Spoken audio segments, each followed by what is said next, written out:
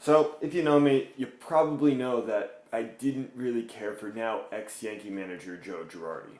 I had a real problem with how he handled his starters and his bullpen. Sure, he's got a World Series ring that says manager on it, but it wasn't because of his managing.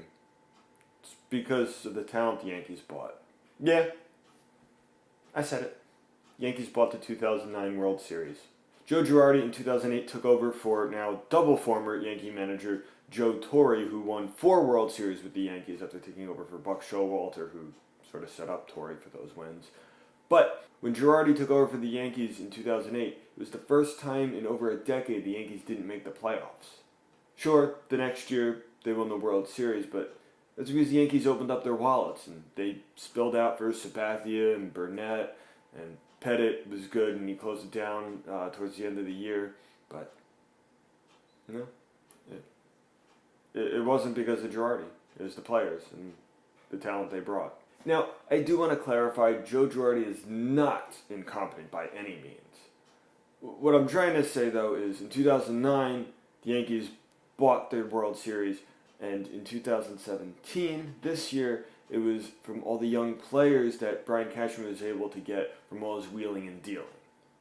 Now, giving Girardi all these high-end and fancy toys, that's only part of the game. Girardi had to do something to make this all work and click. So, like I said, he's not incompetent. It's just that he's here and he was just right place, right time.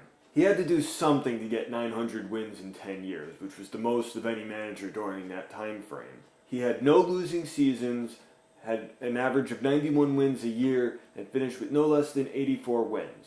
Twice. But he did pretty well overall. And in some years when the Yankees were picked to finish dead last in the AL East, he found a way to not do that and surprise everybody. So, not many teams can say in a 10-year frame they've had that many years of success and stability. So, props to Girardi for just keeping all the composure together. Now, if you know me, I like to play it safe most of the time. And Joe Girardi is a safe manager. He's nothing fancy. Sure, you can win a World Series with him, but he doesn't really blow me away. Now, as to who I think's going to be the next Yankee manager, I have no idea.